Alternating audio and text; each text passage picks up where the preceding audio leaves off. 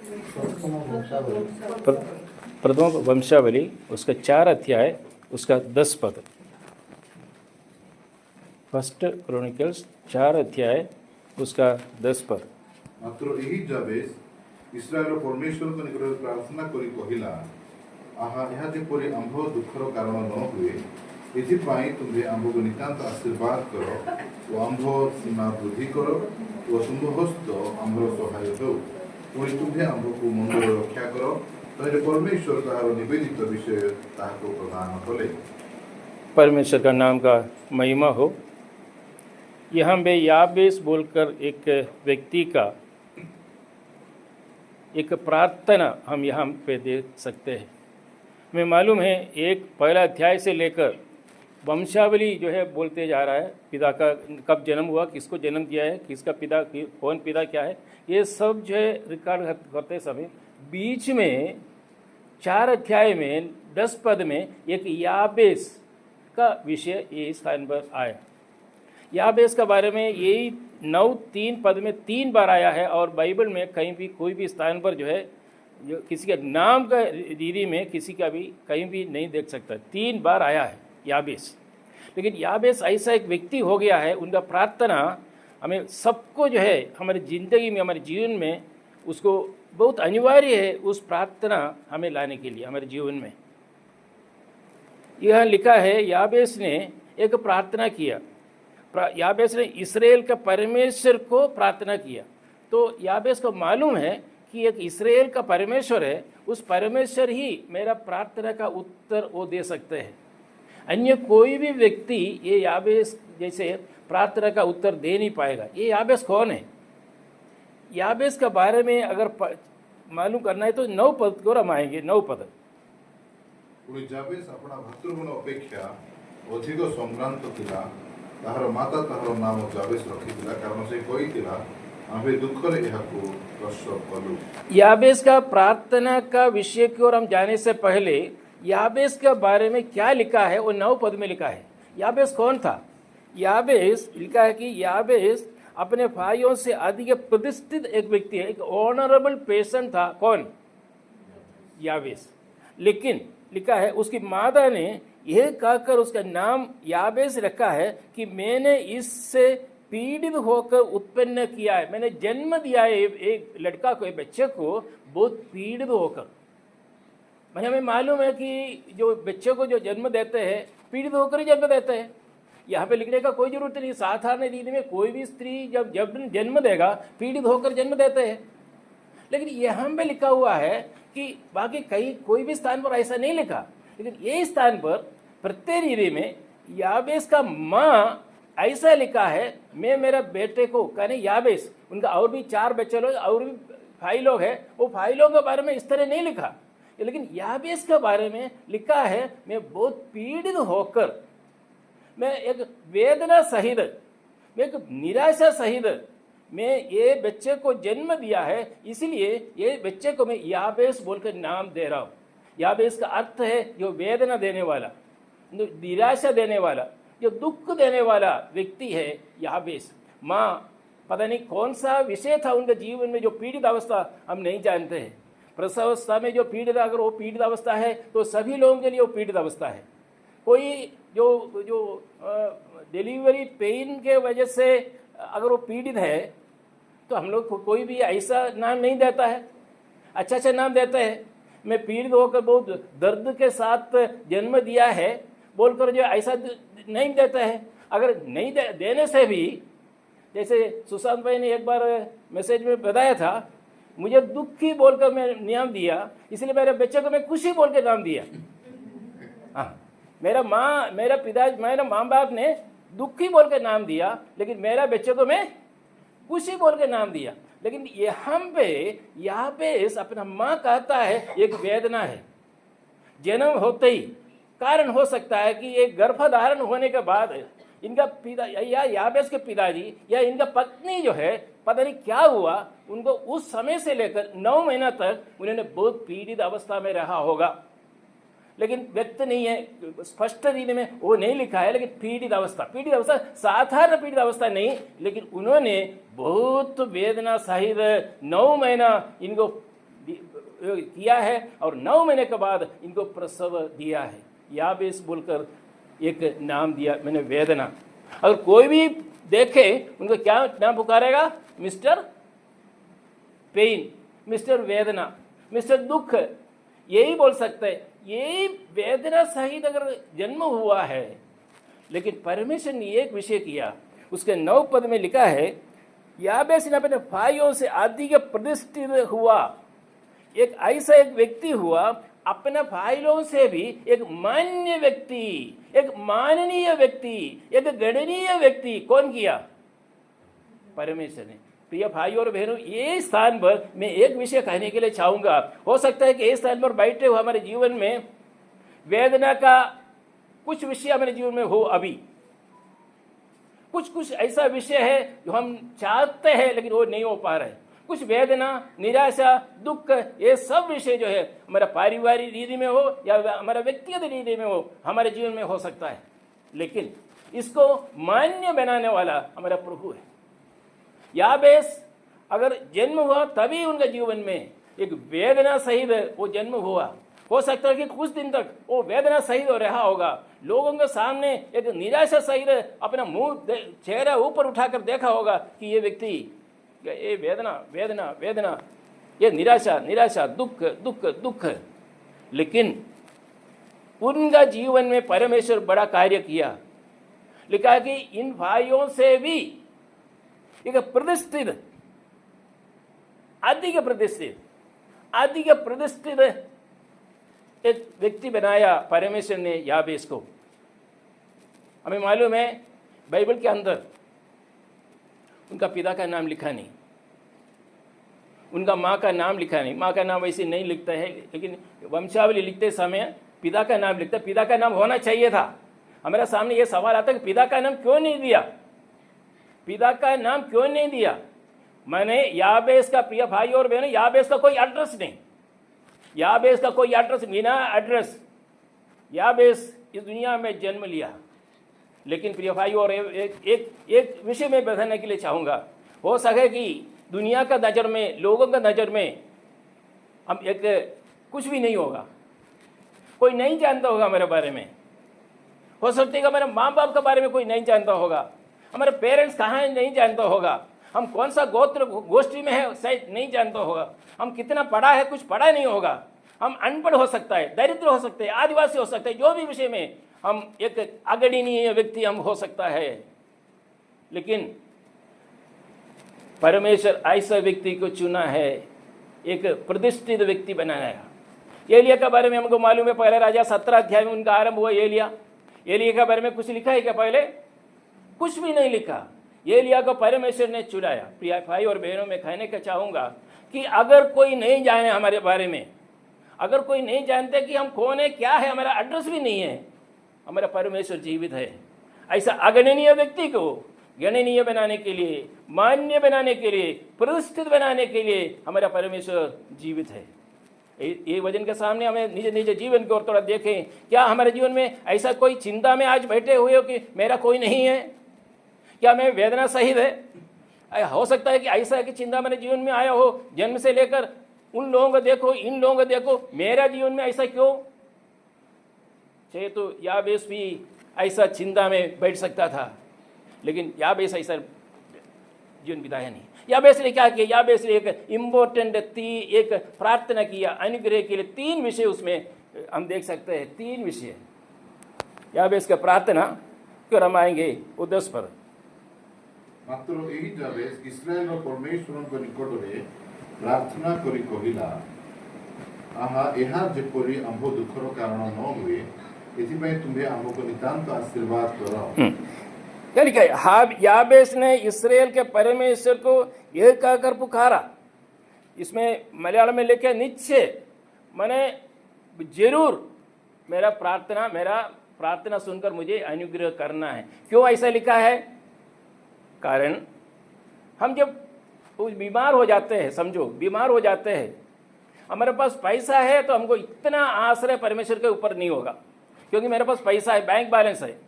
वहाँ जाएगा, हॉस्पिटल में गया, बहुत बड़ा हॉस्पिटल में गया, इलाज कर दिया, मैं वापस आ गया, ठीक है। अगर मान लीजिए हमारे पास हमारा रिश्तेदार है, स्वामी है, स्त्री है, सब कुछ है, बच्चा लोग भी है, हमको इतना आश्रय रखने का जरूरत नहीं है पिताजी के पास, हमारे माँ बाप के ऊपर नहीं। मेरे पास पैसा है, सब कुछ है, लेकिन अगर मेरे पास पैसा भी नहीं और मेरा कोई भी नहीं है मुझे देखभाल करने के लिए, अगर डॉक्टर भी बोलता है कि ये बेचना भी मुश्किल है, हम किसके ऊपर आश्रय रखेगा ज़्यादा? परमेश्वर के ऊपर। जब हम एक निराश्रय व्यक्ति हो जाते हैं, उस समय हमारा आश्रय परमेश्वर के ऊपर हो। ये हम निश्चय परमेश्वर मुझे अनुग्रह करो, निश्चय ये जरूर है, ये मुझे अनुग्रह करना, मुझे अनुग्रह चाहिए बोलकर कहने का कारण ये है कि अन्य लोगों के बीच में ये याबेस एक वेदना सहित रहते समय, एक दुख का नाम लेकर रहते समय उनका भी थोड़ा सा मुश्किल है। उनको मालूम है मेरा परमेश्वर छोड़कर मुझे इस संगति से, इस स्थान से मुझे छुटकारा कोई दे नहीं सकता। इस्राएल का परमेश्वर, उस परमेश्वर ही मेरे जीवन में आगे की ओर एक सांत्वना का, एक अनुग्रह का जीवन ला सकते हैं। इसलिए यह लिखा है, परमेश्वर को यह कर पुकारा कि भला होता कि तू मुझे सचमुच आशीष देता। एक आशीष का विषय, आशीष के लिए यहाँ पे याबेस मांग रहा है प्रार्थना। कौन सा आशीष है हम बाद में देखेंगे। आशीष के लिए हम वो याबेस प्रार्थना करते हैं। आशीष कई विषय का आशीष हम देख सकते हैं, अब्राहम का या नूह का, और कई विषयों का, आदम का। कई लोग जो है अनुग्रह के लिए प्रार्थना किया है, उनको संपत्ति हो यो और अन्य विषयों का अनुग्रह के लिए प्रार्थना किया। लेकिन एक विषय है, याबेस ने कौन सा ऐसा विषय के लिए अनुग्रह के लिए प्रार्थना किया। पहला विषय, तू मुझे सचमुच आशीष देता और मेरा देश बढ़ाता। मेरा देश बढ़ाने का एक आशीष, मेरा टेरिटरी बढ़ाने का, एनलार्ज करने के लिए, मेरा टेरिटरी एनलार्ज करने के लिए मुझे आशीष चाहिए। कौन सा है टेरिटरी? प्रिय भाई और बहनों, मैं कहने के लिए चाहूँगा, हम जब उद्धार पाए हैं, हम प्रभु को विश्वास किया, उद्धार पाया, उसके बाद हमारा टेरिटरी बढ़ाना है कि नहीं? हमारा जो टेरिटरी जो है बढ़ाना है कि नहीं? हम लोग क्या करते हैं? उसके बाद बपतिस्म लेते हैं। बपतिस्म लेने के बाद सभी लोग जो टेरिटरी को वहाँ क्लोज कर देते हैं, फुल स्टॉप डाल देते हैं। क्या करते हैं? फुल स्टॉप, माने काफ़ी है, उद्धार पाया, बपतिस्म हुआ, प्रभुज ले रहा, बस फुल स्टॉप। लेकिन याबेस ऐसा नहीं किया। हमारा भी जीवन में हमारा टेरिटरी थोड़ा विशाल करना है, बढ़ाना है। क्या बढ़ाना, कैसे बढ़ाना है? हम इस उद्धार पाकर, बपतिस्म लेकर, प्रभुज लेकर, कभी कभी हमारे एक कॉटेज भी हमारे घर में हो, इसी में हम संतुष्ट हो जाते हैं। हमारे टेरिटरी हम नहीं बढ़ाना नहीं चाहता। कैसे बढ़ा सकते हैं? कैसे हमें बढ़ा सकते हैं हमारा टेरिटरी? हमें प्रभु का वचन को अध्ययन करना बहुत आवश्यक है। प्रभु दिन रात जो है प्रभु का वचन के सामने हमें थोड़ा समय बैठना है, प्रार्थना में घुटना टेकना है, आंसू गिराकर प्रार्थना करना है। यही टेरिटरी विशाल करने का विषय है।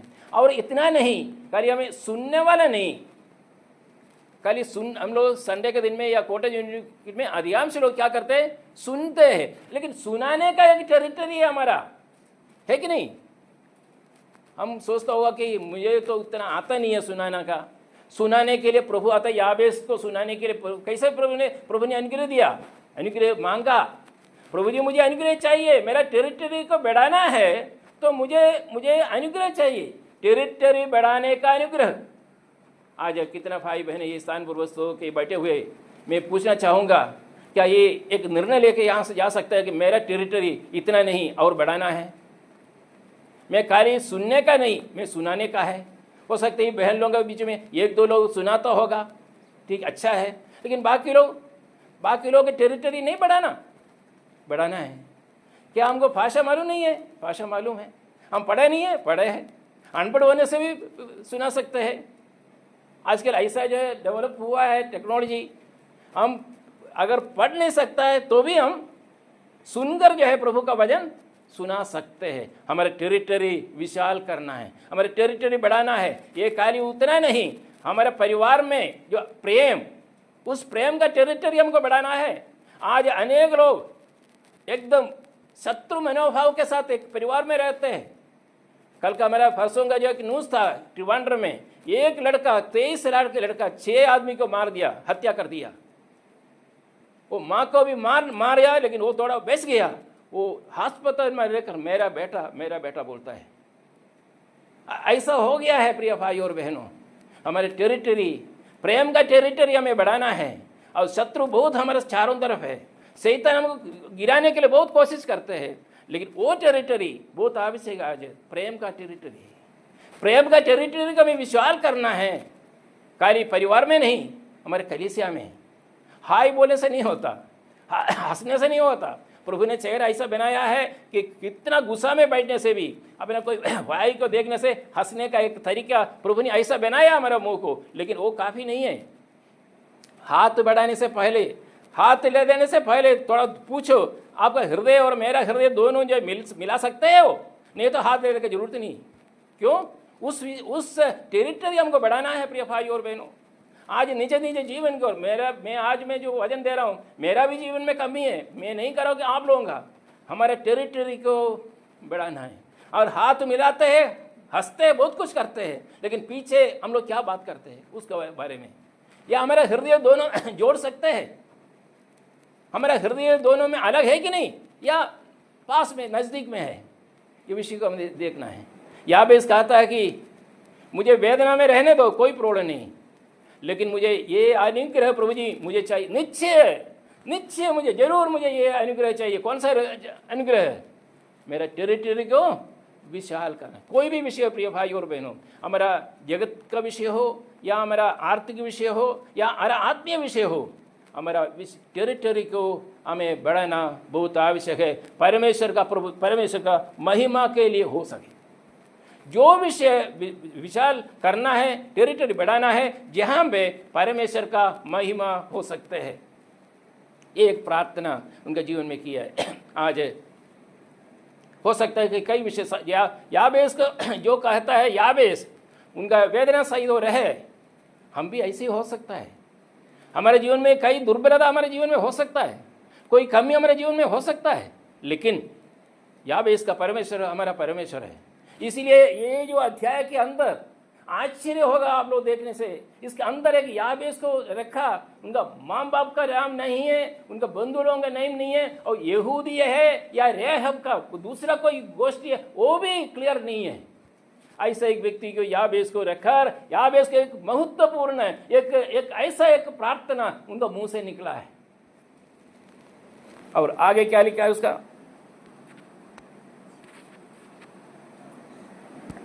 वो आंभ सीमा वृद्धि करो और तुम हस्त आंभर सहाय हो।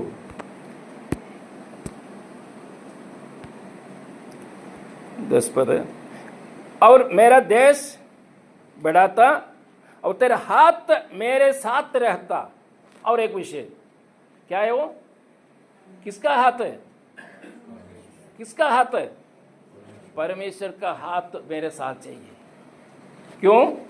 उनका माँ का हाथ नहीं है, साथ है।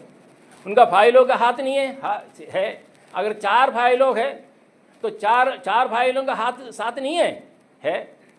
और उनका माँ का हाथ नहीं है, उनका साथ है, लेकिन बोलता कि तुम्हारा हाथ मुझे चाहिए।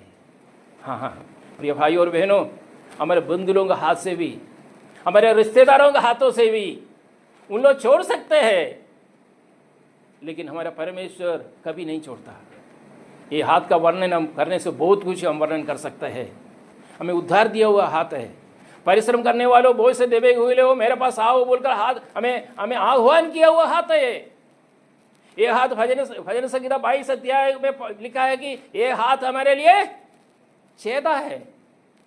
इस हाथ हमने उद्धार दिया है, इस हाथ हमें सुरक्षित प्रोटेक्शन दिया है। हाथ जो लोग प्रभु यीशु मसीह के हाथों में, वो नष्ट कभी नहीं होगा, लिखा हुआ है।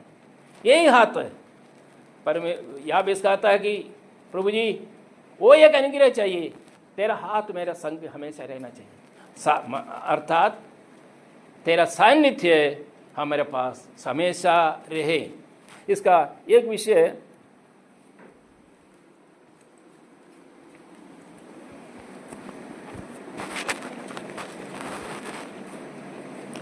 पहला राजाक्रम आते समय 18 अध्याय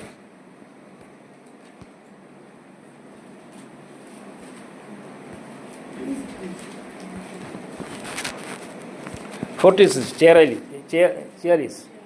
46 ଏଥିରେ ସଦାପ୍ରଭୁଙ୍କ ଏଲିୟଙ୍କ ଉପରେ ଅବସ୍ଥାନ କରନ୍ତେ ସେ ଆପଣା କଟି ବାନ୍ଧି ଇସ୍ରାଏଲର ପ୍ରବେଶ ସ୍ଥାନ ପର୍ଯ୍ୟନ୍ତ ଆହାବଙ୍କର आगे आगे दौड़ीगले। तब यहोवा की शक्ति एलिया पर ऐसी हुई कि वह कमर बांधकर आहाब के आगे आगे इस्राएल तक दौड़ता चले गया। उसका 45 पद है।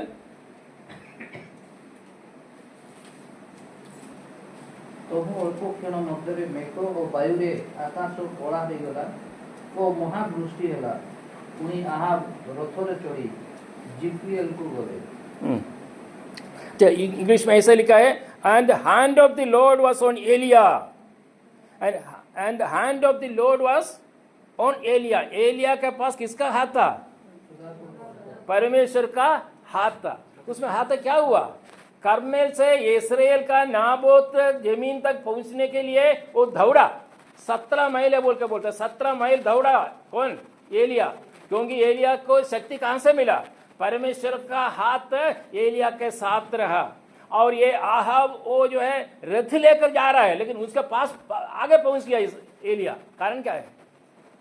कारण परमेश्वर यहोवा परमेश्वर का हाथ एलिया के पास था। इसीलिए यावेस कहता है कि हमें अगर जय प्राप्त होना है, शत्रु को गिराना है, शत्रु को पराजय करना है, हमें शत्रु को आगे जाना है। प्रभु जी परमेश्वर यहोवा तेरा हाथ मुझे चाहिए।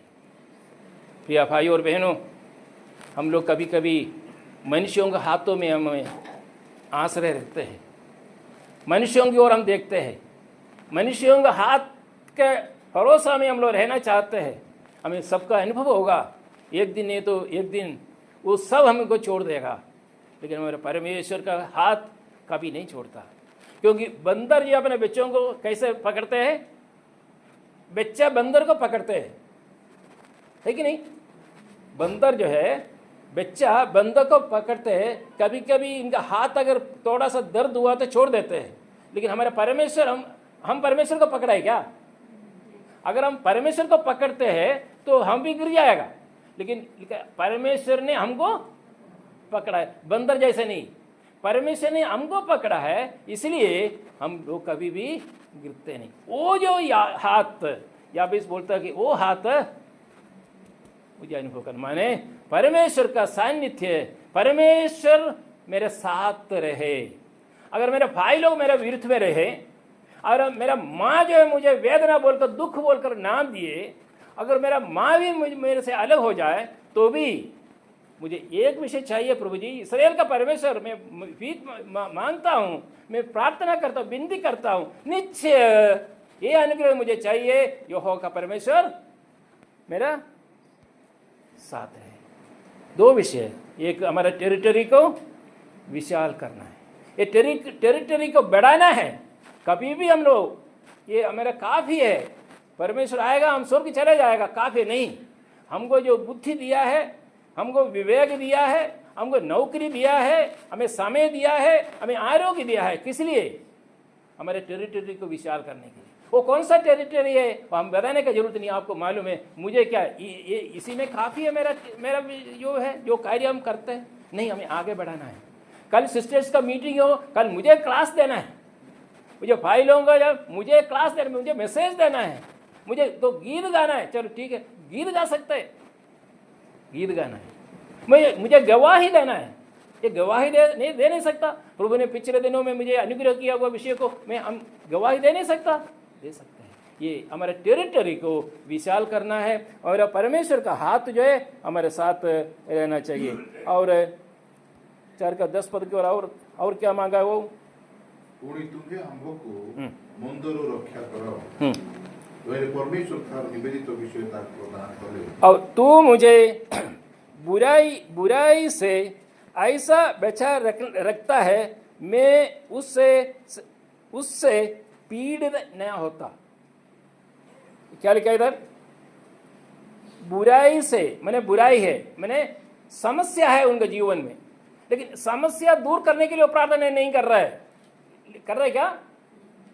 ये समस्या है मेरे पास, लेकिन ऐसा समस्या में मैं पीड़ित ना हो। समस्या तो है। पौलुस ने प्रेरित पौलुस ने क्या प्रार्थना किया था? चंगाई के लिए प्रार्थना किया था। तो प्रभु ने क्या बोला?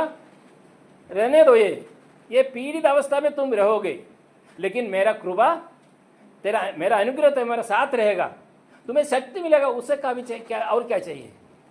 तुम्हें चंगाई तो मैं नहीं दूंगा, उस बीमार के साथ तो तुम रहेगा, लेकिन मेरा अनुग्रह, मेरा सान्निध्य, तेरा संग रहूंगा। इधर लिखा है, और तू मुझे बुराई से ऐसा बचा रखो बुराई से। ऐसा है मेरा जो पीड़ित अवस्था से, ऐसा दुख में जो अवस्था में आज मैं हूं, लेकिन मुझे दुख पूरा दूर करने के लिए नहीं, लेकिन मैं उससे पीड़ित ना हो। ऐसा विषयों में मैं कभी भी मरमर ना करे, कुटकुटाहट ना करे। ऐसा पीड़ित अवस्था में मेरा प्रभु को निंदा ना करे। ऐसा पीड़ित अवस्था में प्रभु का विरुद्ध में एक शब्द भी मेरा मुंह से ना निकले। ऐसा पीड़ित अवस्था में मैं खुशी का गीत गाए। ऐसा पीड़ित अवस्था में लोगों को उस साक्षी पैदा कर लोग जब प्रभु के निकट आ सके। पीड़ित अवस्था क्यों देता है? हमें मरमर करने के लिए नहीं, कुटकुटाहट करने के लिए नहीं। उस पीड़ित अवस्था में हमारा मुंह देकर हमारा खुशी देकर लोग जो है प्रभु के निकट आ सकते हैं। इसलिए लिखा है, तू मुझे बुराई से ऐसा बचा रखता है कि मैं उसे पीड़ित न होता।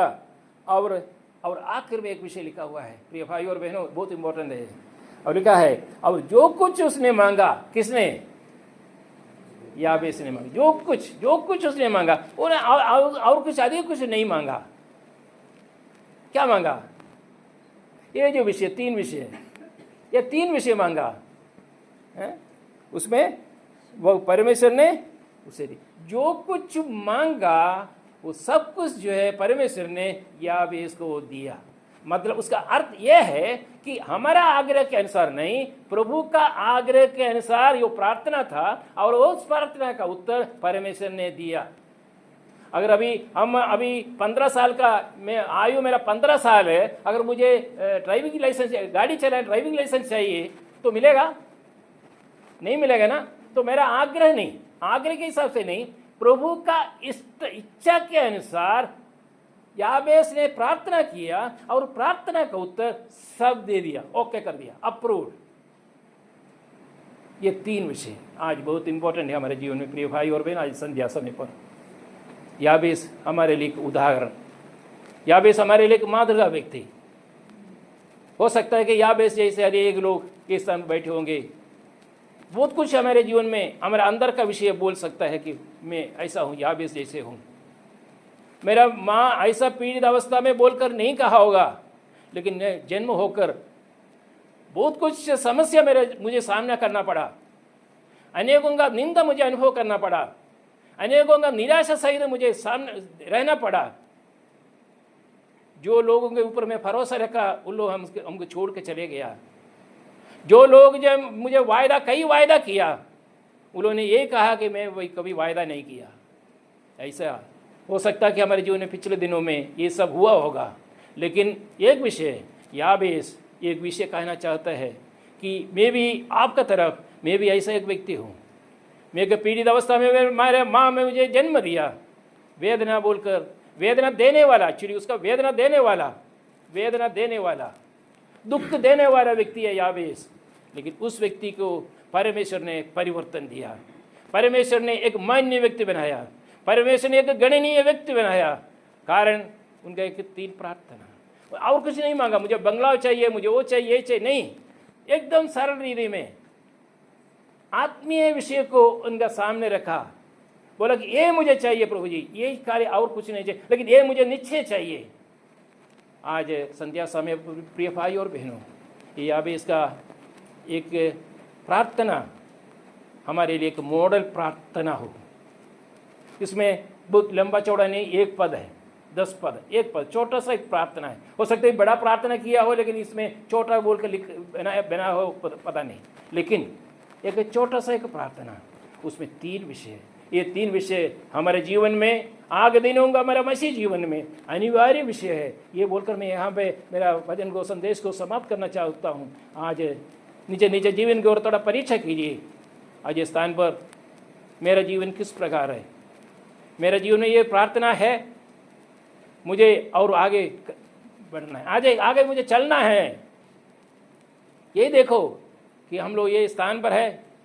अगर प्रभु यीशु मसीह का आगमन नहीं हुआ 20 साल तक, हम बुढ़ा बुढ़ी हो जाएंगे, लेकिन हमारे पास कौन है? हमारे चर्च में और कौन है? कोई है? हम ये बच्चों को जो ऊपर बढ़ाने का करते हुए किसका है? ये एक टेरिटरी है कि नहीं? हमारा एक टेरिटरी है विशाल करने का। हमारे बच्चों को आगे बढ़ाना है।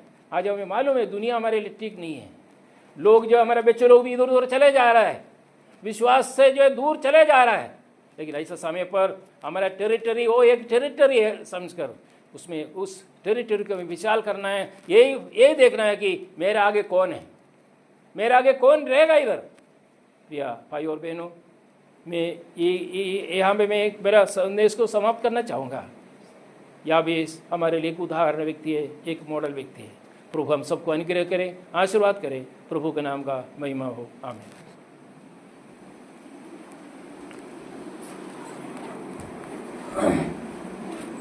धन्यवाद आपको अति सुंदर भाव आज पारिवारिक सभा।